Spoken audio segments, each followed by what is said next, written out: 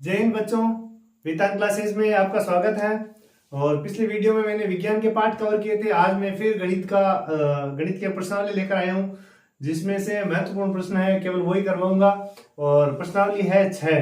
प्रश्नावली 6 त्रिभुज है, जिसमें से प्रमेय भी आती है और शायद छोटे प्रश्न आएंगे 1 या 2 नंबर के, तो उनकी तैयारी करवाऊंगा। शायद 5 नंबर की होनी चाहिए प्रश्नावली, तो 1 या 2 नंबर के जितने प्रश्न अच्छे प्रश्न बन रहे हैं वो करवाऊंगा मैं। तो चलते हैं प्रश्नावली 6 त्रिभुज। अब देखो, इसमें हम क्या पढ़ेंगे। इसमें 2 चीजें आएगी, एक तो समरूप और एक सर्वाक्षम।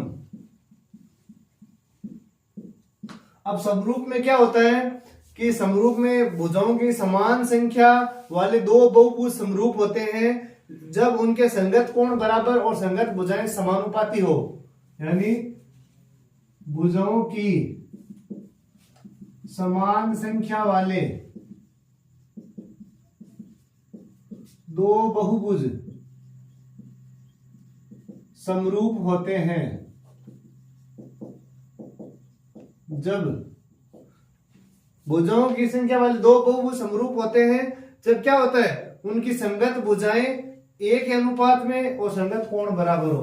तो संगत कोण बराबर होने चाहिए, संगत कोण बराबर, वह संगत भुजाएं समानुपाती होनी चाहिए, संगत भुजाएं समानुपाती हो।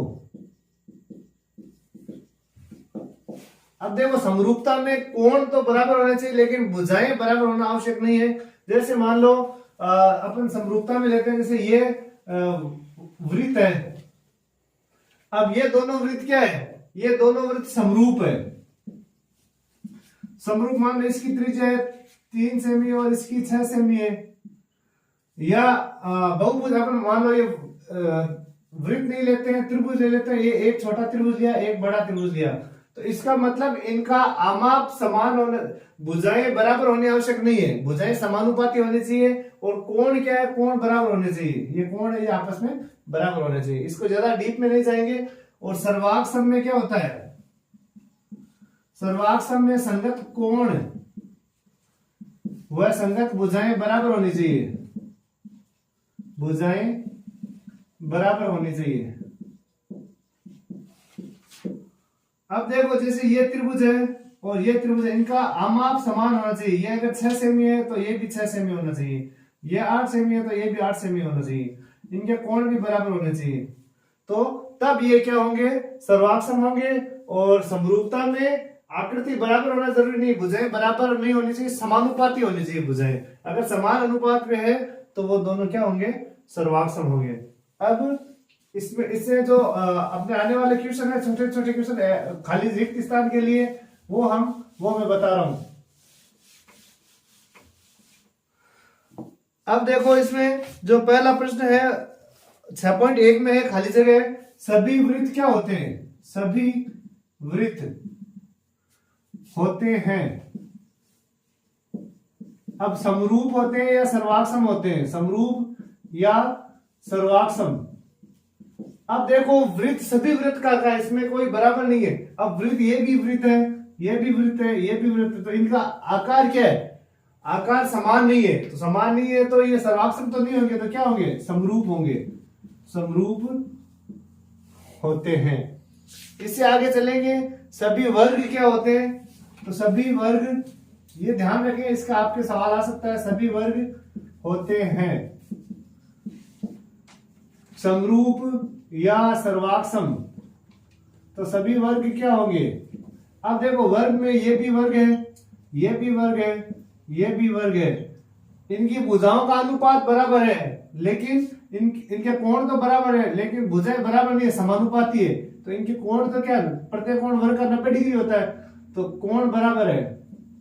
और भुजाएं क्या है, समानुपाती, बराबर नहीं है, समानुपाती है। तो अगर भुजाएं समानुपाती है तो इसका मतलब क्या, समरूप है, सर्वाक्षम नहीं है। तो ये क्या होंगे, समरूप होंगे, ये ध्यान रखना है। और एक इसमें दिया हुआ है कि भुजाओं की समान संख्या वाले 2 बहुभुज समरूप कब होते हैं, ये भी ध्यान रखें। उनकी भुजाओं, उनके कोण बराबर होने चाहिए और भुजाएं समानुपाती होनी चाहिए, तब ये समरूप होंगे। अब चलते हैं इससे आगे। अब देखो, एक प्रमेय है ये प्रमेय भी अच्छी प्रमेय है, इसको भी ध्यान से समझे। यदि किसी त्रिभुज की एक भुजा के समांतर अन्य दो भुजाओं को भिन्न भिन्न बिंदुओं पर प्रतिच्छेद करने के लिए एक रेखा खींची जाए तो ये अन्य दो भुजाओं को एक अनुपात में विभाजित करते हैं। इस प्रमेय का दूसरा नाम है, इसे क्या कहते हैं, आधारभूत समानुपातिकता प्रमेय। आधारभूत समानुपातिकता प्रमेय, या इसका दूसरा नाम है थेल्स प्रमेय। ये ध्यान रखें आप, जो ये मैं प्रमेय बता रहा हूं आपको तीन तरीके से पूछ सकते हैं। ये तो सीधे या तो ये लिखा हुआ आ जाए आपके कि यदि किसी त्रिभुज के भुजा समांतर दो भुजाओं को प्रतिच्छेद करने वाले एक रेखा खींची जाए तो दोनों भुजाओं को समान अनुपात विभाजित कर, ये लिखो, या आधारभूत समानुपातिकता का कहीं नाम आ जाए या थेल्स प्रमेय नाम आ जाए, तो सेम नाम है। अब इसको क्या करेंगे, सबसे पहले दिया गया है हमें क्या करना है, हमें एक चित्र बनाना है इसका। जैसे ये कह रहा है, ये क्या कह रहा है कि एक त्रिभुज, ये है आपका त्रिभुज। अब एक भुजा के समांतर, अब एक भुजा कौन सी ले रहे हैं अपन, ये ले लो BC, इसके समांतर रेखा खींची, ये D और E। एक भुजा के समांतर अन्य दो भुजाओं को, तो ये जो समांतर है ये इसको D पर काट रही है और इसको E पर काट रही है, ये प्रतिच्छेद करके एक रेखा खींची जाए, हमने रेखा खींच दी। अब हमें क्या करना है कि ये एक अनुपात विभाजित कर, इसके लिए हम क्या करेंगे, आगे रास्ता में लिखेंगे, यहां से इस पे लंब डालेंगे और यहां से इस पे लंब डालेंगे। तो ये तो n ले लेते हैं और ये ले लेते हैं m। B से C को मिलाएंगे और B से E को मिलाएं, ये आएंगे आपके रचना में। ये आपका चित्र है दिया गया। क्या लिखेंगे, इसमें लिखेंगे त्रिभुज ABC में भुजा BC के समांतर DE खींची गई है, DE ये DE खींची गई है, जो AB तथा AC को D तथा E बिंदुओं पर काटती है। जो AB तथा AC को D तथा E बिंदुओं पर काटती है, ये आपके जितना इसमें दिया हुआ उतना हमने चित्र के हिसाब से लिख दिया कि ये भुजा BC है, इसके समांतर D खींची हमने, और जो AB को D पर काटती है और AC को E पर काटती है।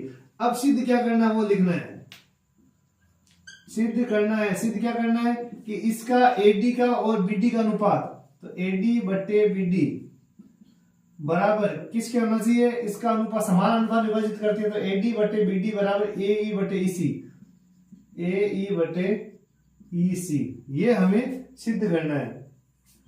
अब रचना में क्या लिखेंगे, रचना में हमने जो लंब डाला वो D से AC पर लंब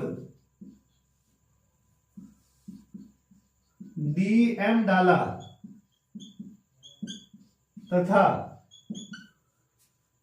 E से AB पर EN तथा E से AB पर लंब EN डाला। अब लिखेंगे उपपत्ति इसकी, उपपत्ति यानी कैसे आप सिद्ध करोगे। और रास्ता में और क्या किया, D को C से तथा B को E से मिला है। यहां एक बार लिख देते हैं, D को C से तथा B को E से मिलाया। ये हमें यहां तक अगर आपने कर दिया तो आपके आधा काम पूरा हो गया।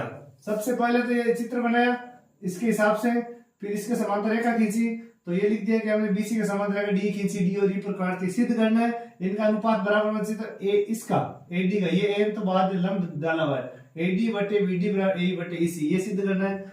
फिर क्या हमने क्या किया, D से इस पे लंब डाला DM और E से लंब डाला EN। अब करेंगे इसकी उपपत्ति में क्या लिखेंगे, सबसे पहले तो लिखेंगे भाई BC समांतर है किसके, DE के, तो BC समांतर है DE। और क्या लिखेंगे, DM लंब है AC पे, DM लंब है AC पे, और EN लंब है AB पे, EN लंब है AB पर। अब यहां हम लिखेंगे सूत्र त्रिभुज का। त्रिभुज के क्षेत्रफल का क्या सूत्र होता है?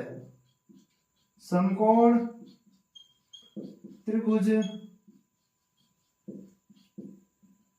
का क्षेत्रफल, या आप केवल त्रिभुज का क्षेत्रफल भी लिख सकते हो। त्रिभुज का क्षेत्रफल बराबर 1/2 गुणा आधार गुणा ऊंचाई, क्योंकि यहाँ पे लंब डाला हुआ है, लंब 90 डिग्री का होता है, इसलिए हम ये सूत्र लगाएंगे 1/2 गुणा आधार गुणा ऊंचाई। अब देखो सबसे पहले कौन सा, अपन ये लाइन ले लेते हैं पहले, तो ए डी ई, तो A R A D E, AD का क्षेत्रफल क्या होगा? तो 1/2 आधार, ये तो हो जाएगा आधार और ये हो जाएगी ऊंचाई, तो आधार हो गया एडी और ऊंचाई होगी ई एन, तो इसका सूत्र हो जाएगा इसका 1/2 एडी गुणा ई एन। ये हो गया समीकरण आपके एक, यानी पहले इस साइड का लेंगे तो ये ए डी ई, आपको ये ध्यान रखो ये तो हो गया आधार और ये लंब डाला हुआ ये हो गई ऊंचाई, तो एडी गुणा ई एन। अब दूसरा त्रिभुज कौन सा लेंगे?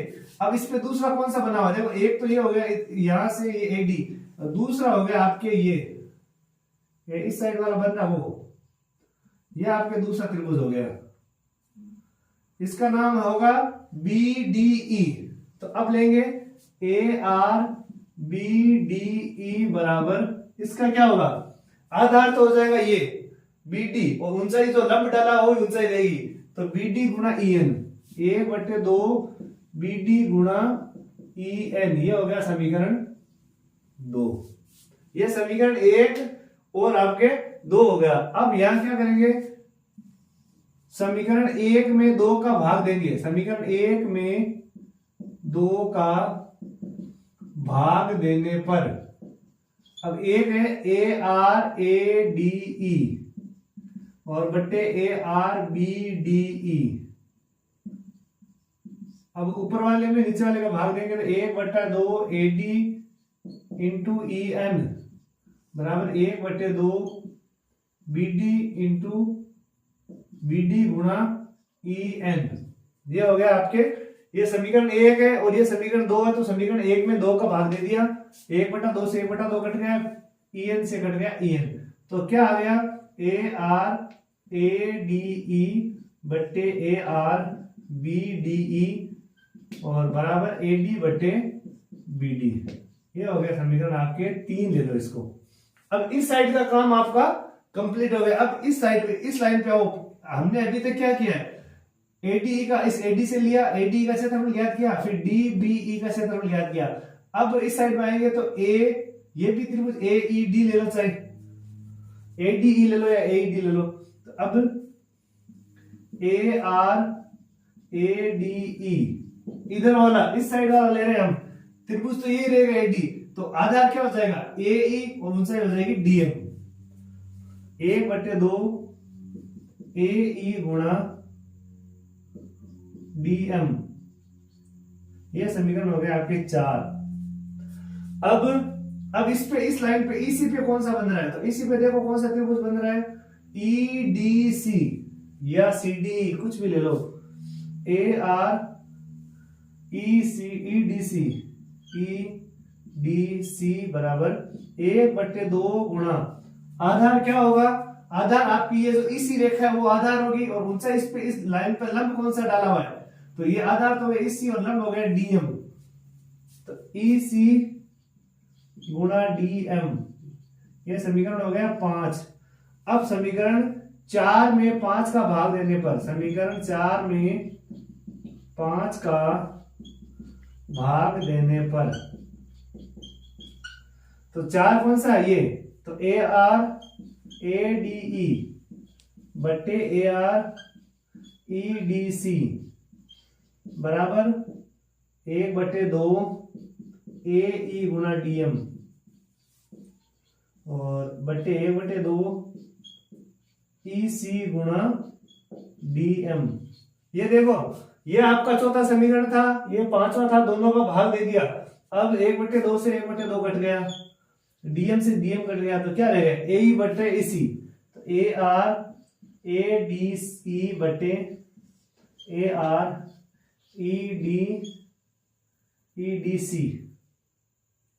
ईडीसी बराबर ए ई बटे ई सी। ये समीकरण हो गए आपके 6।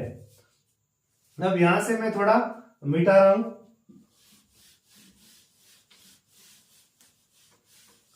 अब देखो एक प्रमेय है आपके, क्या प्रमेय है कि एक ही आधार और एक ही समांतर रेखाओं पर बने त्रिभुज क्षेत्रफल में बराबर होते हैं। ये प्रमेय लिखेंगे यहां, एक ही आधार व समांतर रेखाओं के मध्य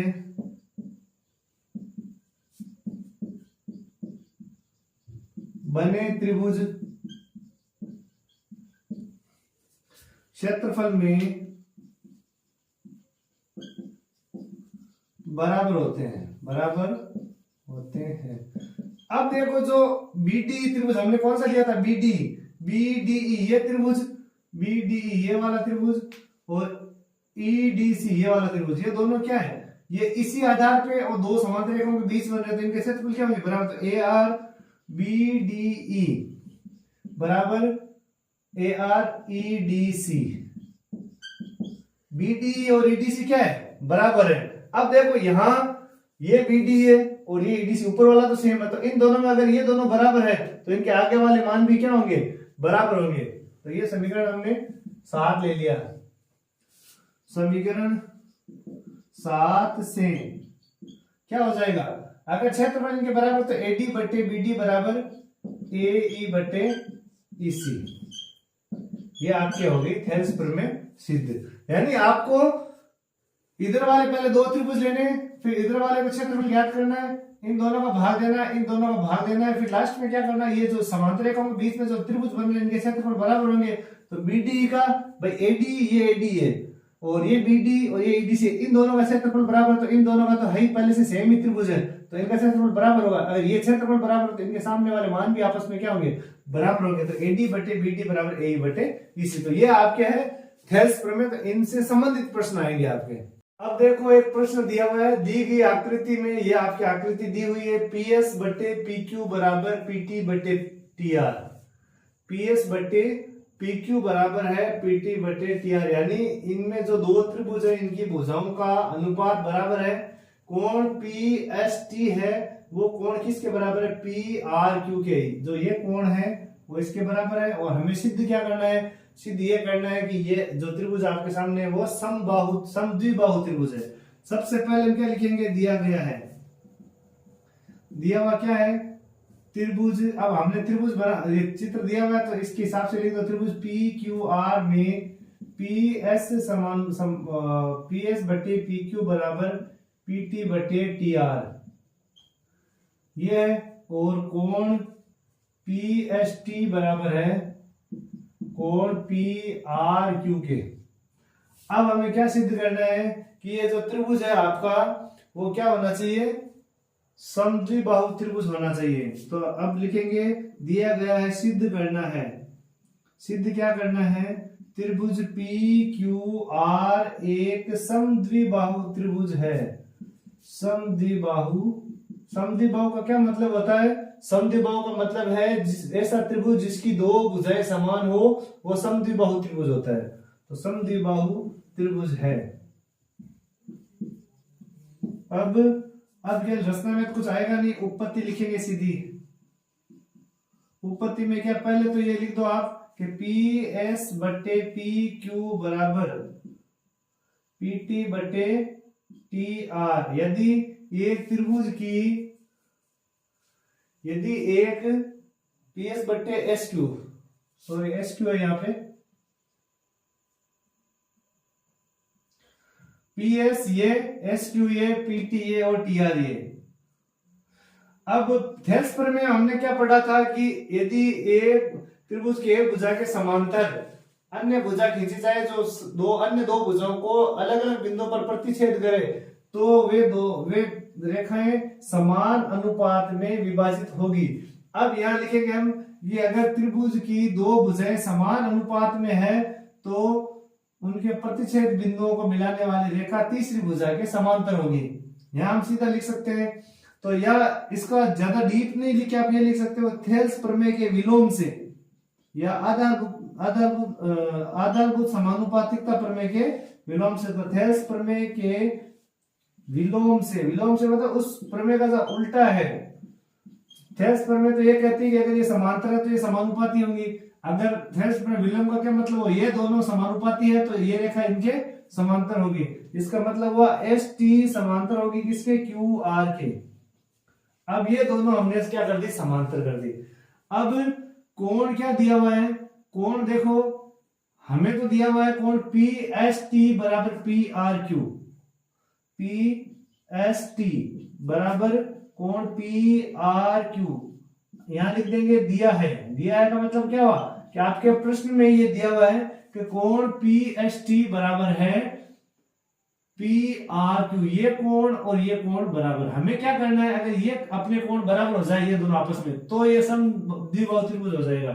तो अब क्या करेंगे, देखो ये कोण है पी एस टी और पी क्यू आर बराबर होंगे, क्यों होंगे, त्रिभुज पी एस टी व कोण पी एस टी और पी क्यू आर बराबर होंगे। अब जब अगर ये दोनों रेखाएं समांतर है, ये और ये एस टी और क्यू आर, तो ये दोनों कोण होंगे संगत कोण। क्या होंगे, संगत कोण। तो यहां कारण लिख देंगे इसका, ये दोनों कोण क्या होंगे, बराबर संगत कोण है इसलिए बराबर होंगे। अब ये इसको आप समीकरण 1 बना दो और इसको बना दो आप 2। अब समीकरण 1 में हम क्या कह रहे हैं कि पीएसटी पी आर क्यू के बराबर होगी, और समीकरण 2 में ये कह रहे हैं कि पीएसटी पी क्यू आर के बराबर होगी।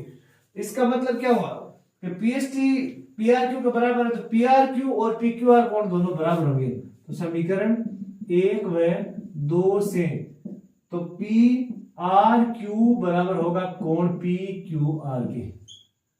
अब ये कैसे आया, दोबारा बता रहा हूं मैं आपको कि देखो हमने थेल्स प्रमेय लगाई थी, उससे तो हमने ये दोनों समांतर कर दी। अगर ये दोनों लाइनें समांतर होगी तो ये वाला कोण और ये वाला कोण बराबर होगा, इसको लिखेंगे पी एस टी और ये होगा पी क्यू आर, ये बराबर हो गए। ये बराबर कैसे हुए, संगत कोण थे तो वहां लिखा हुआ है, और एक कोण हमें प्रश्न में दिया हुआ है कि ये बराबर है। अब इन जो दिया हुआ है और जो हमने किया उनको साथ में मिला के देखेंगे तो ये भी पीएसटी के बराबर है और वो उधर वाला कोण भी पीएसटी के बराबर, तो पी आर क्यू और पी क्यू आर बराबर होगी। तो ये तो है आपके पी आर क्यू कोण और ये है पी क्यू आर। अगर समान कोण त्रिभुज में समान कोणों के सामने की भुजाएं समानुपाती होती है, ये हम लिखेंगे, चूंकि समान कोणों के सामने की भुजाएं बराबर होती है, समान कोणों के सामने की भुजाएं बराबर होती है। इसका मतलब क्या हुआ, यानी ये Q और ये कोण R बराबर है, इसका मतलब ये भुजा PQ और PR बराबर होगी। तो यहां लिखेंगे PQ बराबर PR। अब त्रिभुज में दो भुजाएं बराबर हो गई तो क्या हो गया, त्रिभुज समद्विबाहु त्रिभुज हो गया, दो भुजाएं समान होते ही। अतः त्रिभुज PQR एक समद्विबाहु त्रिभुज है, समद्विबाहु त्रिभुज है। ये हो गया आपके प्रश्न। अब देखो इस तरीके के सवाल आपके छोटे प्रश्न 1 नंबर के सवाल में ये आ सकता है, तो इसकी भी आप थोड़ा सा एक बार देख लें ताकि आपको आसानी रहे वहां पे एग्जाम में। अब देखो ये थेल्स प्रमेय पर आधारित है, इसमें दिया हुआ है कि DE समांतर BC। ये जो DE रेखा है ये BC के समांतर है, और समांतर इतना दिया होगा तो अब थेल्स प्रमेय से हम क्या करेंगे कि अगर DE और BC समांतर तो इनके जो अन्य भुजाओं का अनुपात है वो अन्य भुजाएं समानुपाती होगी। तो त्रिभुज ABC में ये वाला फर्स्ट कर रहे हैं, ABC में AD पहले लिख देंगे कि भाई DE समांतर है BC के। तो थेल्स प्रमेय क्या कहती है, थेल्स प्रमेय आधारभूत समानुपातिकता प्रमेय भी लिख सकते हो आप। ये क्या कहती है कि इनका अनुपात, ये एक भुजा के समांतर दूसरी भुजा खींची जाए तो वो अन्य भुजाओं को समान अनुपात में विभाजित करती है। तो ये AD बटे BD बराबर AE बटे EC, ये हम लगाएंगे यहाँ पे तरीका। अब AD का मान कितना है वो इसमें लिख दो 1.5, 1.5। BD का मान कितना है 3, तो ये हो गया 3। ए ई का मान कितना है 1 सेमी, तो 1, और ई सी, ये ई सी, यानी एडी बटे बीडी 1.5/3 बराबर ए ई का मान है 1 और ई सी हमें याद करनी है। अब क्या करेंगे हम, यहां से इसको तिरछा गुणा करेंगे और 3 ऊपर चला जाएगा। ई सी को तो गुणा करेंगे 1.5 से, तो 1.5 गुणा ई सी बराबर 3 को गुणा करेंगे 1 से, 3 गुणा 1। अब हमें क्या करना है, ई सी का मान ज्ञात करना है, तो ई सी बराबर 3 गुणा 1/1.5। 3 को 1 से गुणा करेंगे तो 3 ही आएगा। अब ये 10 को हटाएंगे तो ऊपर क्या चला जाएगा, 10 चला जाएगा। अब 5 का भाग इसमें दिया, देखो 3 का 15 में दिया, 10 को हट गया तो 3 का 15 में भाग दिया 5 बार, और 5 का 10 में भाग दिया 2 बार, तो यहाँ कितना आ गया 2। तो ई सी बराबर आ गया आपके 2 सेमी। तो इसका मान, x का मान आ गया 2 सेमी। इसी का मान क्या है, x है, तो x बराबर आ गया 2 सेमी। तो इसी की जगह आप x लिख सकते हो, x बराबर 2 सेमी आ गया। अब देखो दूसरा वाला चित्र, इसमें भी सेम ही है आकृति में कि BC के समांतर है DE, तो BC समांतर DE के हैं, तो लिखेंगे थेल्स प्रमेय से। थेल्स प्रमेय क्या कहते हैं कि एक भुजा के समांतर अन्य भुजा खींची जाए तो वो दोनों भुजाओं को समान अनुपात विभाजित करती है। तो AD बटे BD बराबर AE बटे EC। अब हम मान रख देंगे यहाँ पे AD का मान कितना है x, BD का मान कितना है 7.2, AE का मान कितना है 1.8 और EC का मान कितना है 5.4। जो मान है वो मान हम यहाँ रख देंगे। अब 7.2 ऊपर चला जाएगा गुणा में, x को तो ये रखना है। अब यहाँ 5.4 ऊपर नहीं लाने आपको, हमें x का मान ज्ञात करना, तो 7.2 ऊपर चले जाएंगे, तो x बराबर हो जाएगा 1.8 गुणा 7.2 और बटा में कितने हैं 5.4। अब 10 वाला हटा दो पहले, तो इसका 10 वाला हटाया, ऊपर 10 चला गया, ऊपर आ जाएगा 10। अगर हम नीचे वाली संख्या का 10 हटाते हैं तो 10 के बाद में जितनी संख्या होती है उतने जीरो लग जाते हैं एक के बाद। अब देखो यहाँ 7.2 वाला ये 10 हटाया तो 0, और 1.8 वाला हटाया तो ये भी आ गया 0। अब आप इसे मानो कि किसी के बीच 10 का चिन्ह नहीं है। अब ये 0 से कट गया 0। अब 18 का भाग दिया 54 में, तो 3 बार गया, 18 या 54, और 3 का भाग दिया 72 में, तो 2 बार गया, ये एक साथ में तो गया 2 बार और 4 बार, 24 बार गया। अब 24 बटे 10 आ गया, ऊपर तो है 24 और नीचे है 10। अब आप काटोगे तो 5 आ जाएंगे, बाहर आ जाएंगे, तो आप 10 रख दो, 10 आप इसमें रख लो। अब 24 में 10 का भाग दिया तो क्या आएगा 2.4 या 2.4, यानी 10 के भाग का सीधा नियम है, आप दाई साइड से एक संख्या छोड़ दो, एक 0 है तो, और 10 लगा दो। अगर 2 है तो 2 संख्या छोड़ के 0 लगा दो। यहाँ एक 0 है तो 2.4, तो x का मान आ गया 2.4 सेमी।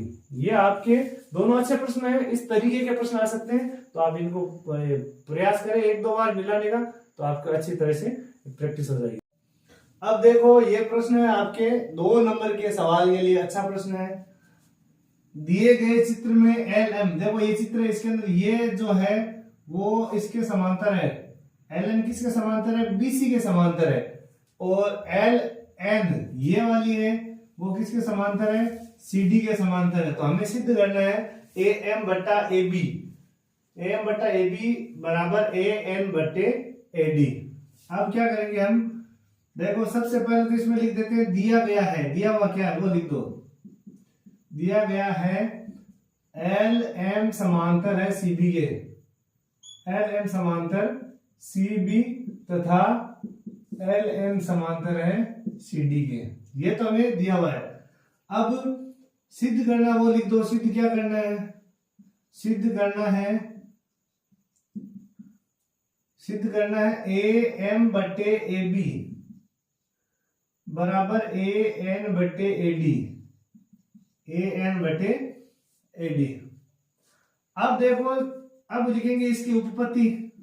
उत्पत्ति में जो दी हुई है वो तो चीज सबसे पहले लिख दो कि एल एम समांतर है सीबी के, ये कोण नहीं ध्यान रखना, ये एल है, एल एम समांतर सीडी तथा एल एन समांतर है, एल एम सीबी के समांतर है और एल एन सीडी के समांतर। अब देखो आप ये त्रिभुज ले लो ऊपर वाला ए बी सी, त्रिभुज ए बी सी में आधारभूत समानुपातिकता प्रमेय लगाएंगे। आधारभूत समानुपातिकता प्रमेय क्या है कि अगर त्रिभुज की ये भुजा इसके समांतर ये, तो इन दोनों के अनुपात बराबर होंगे। त्रिभुज एबीसी में आधारभूत समानुपातिकता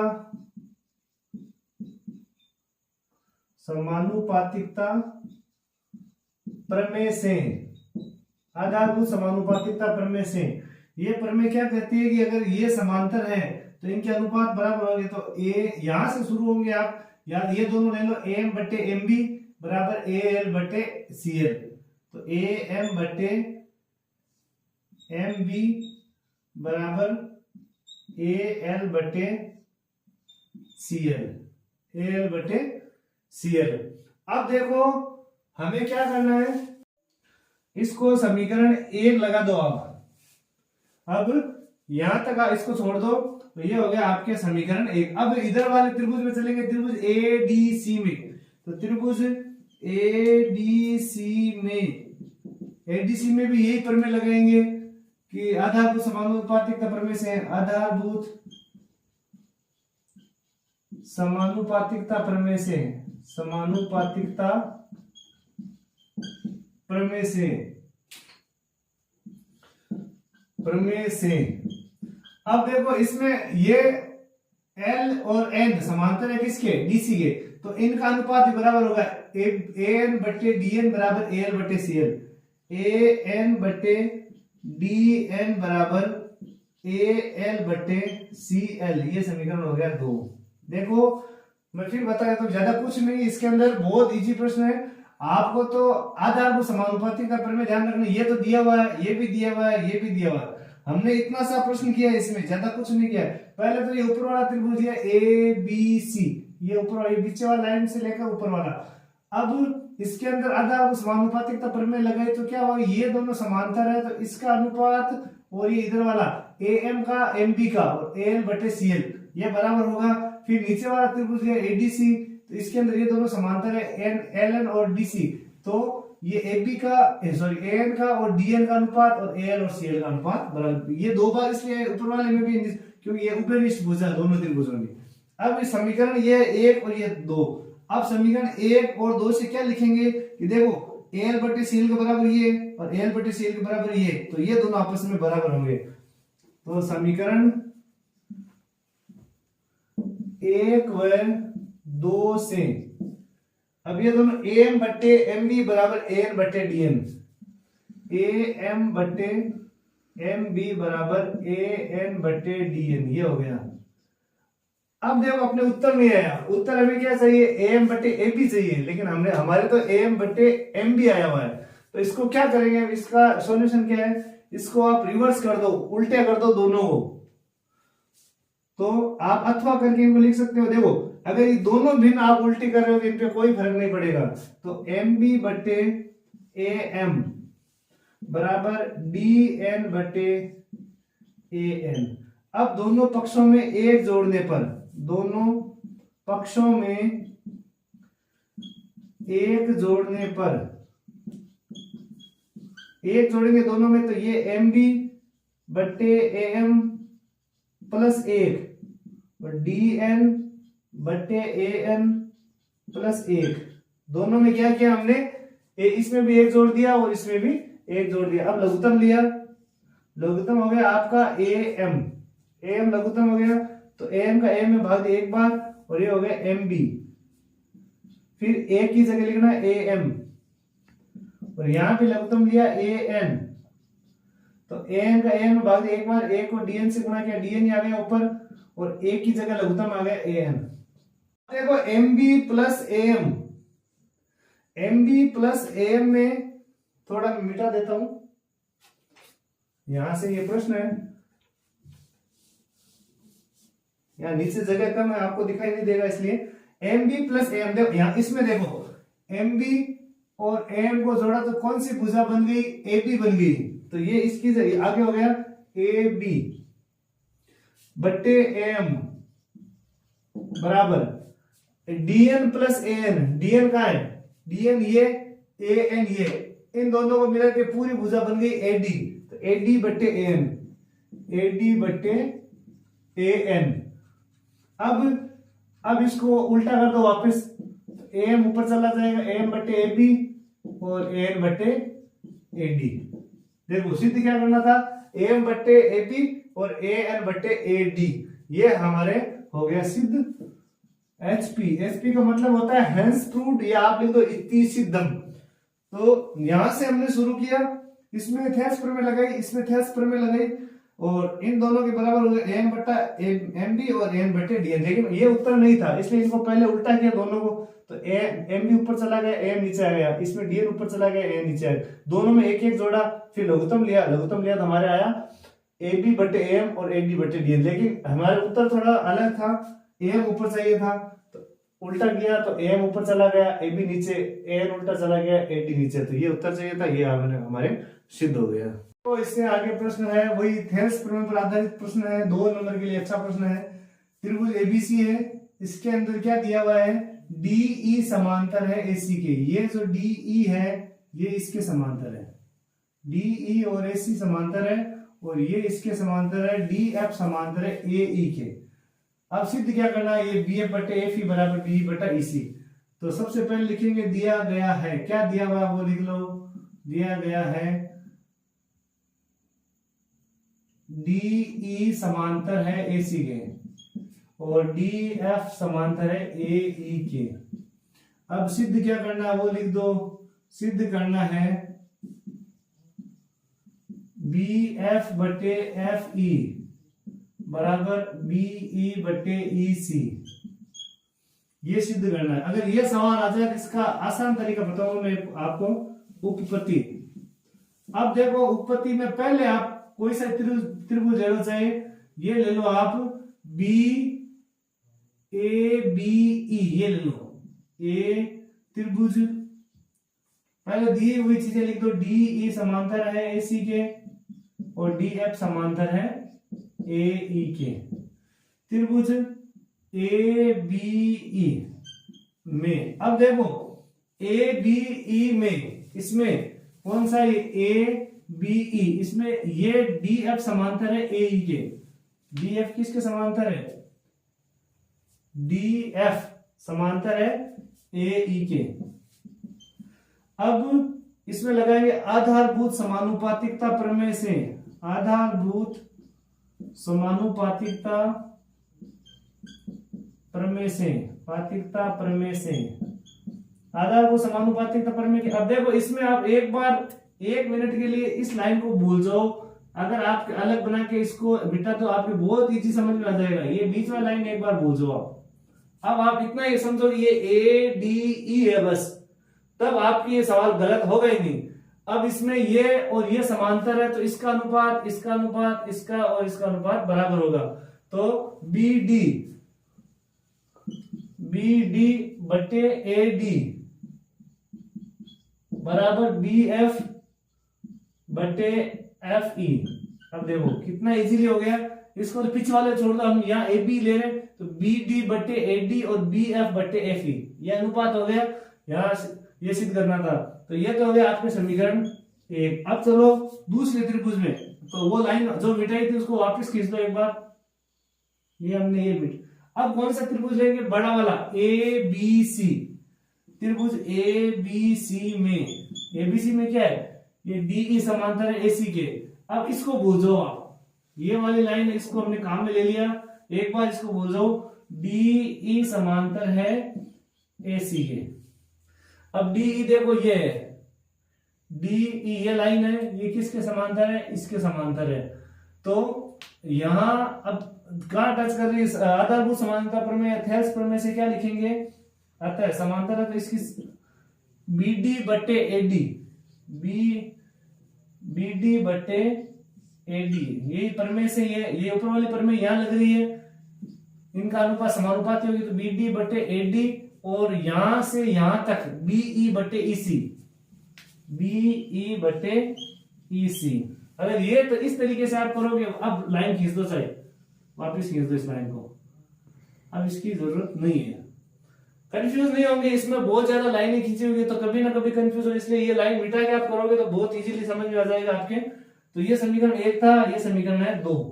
अब समीकरण 1 में हम क्या लिखा था, बीडी एडी के बराबर, बीडी बटा एडी किसके बराबर है, बीएफ बटा एफई के। समीकरण 2 में बीडी बटा एबी किसके बराबर, बीई बटा ईसी के। इसका मतलब बीडी बटा एडी के बराबर, ये दोनों आपस में बराबर है।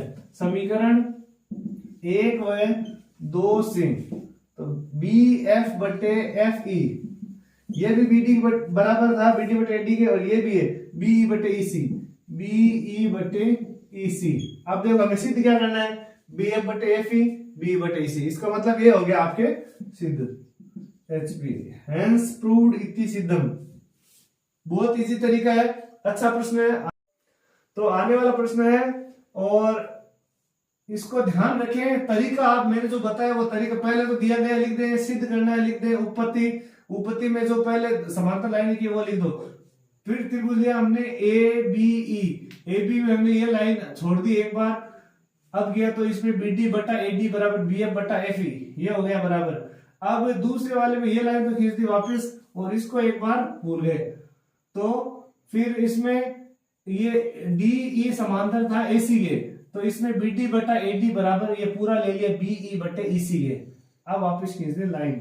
अब समीकरण 1 और 2 की तुलना की, तो तुलना से पता चला ये दोनों आगे वाली बराबर है, तो बराबर है तो ये सिद्ध करना था, तो इस प्रकार हमें ये सिद्ध हो गया हमारा सवाल।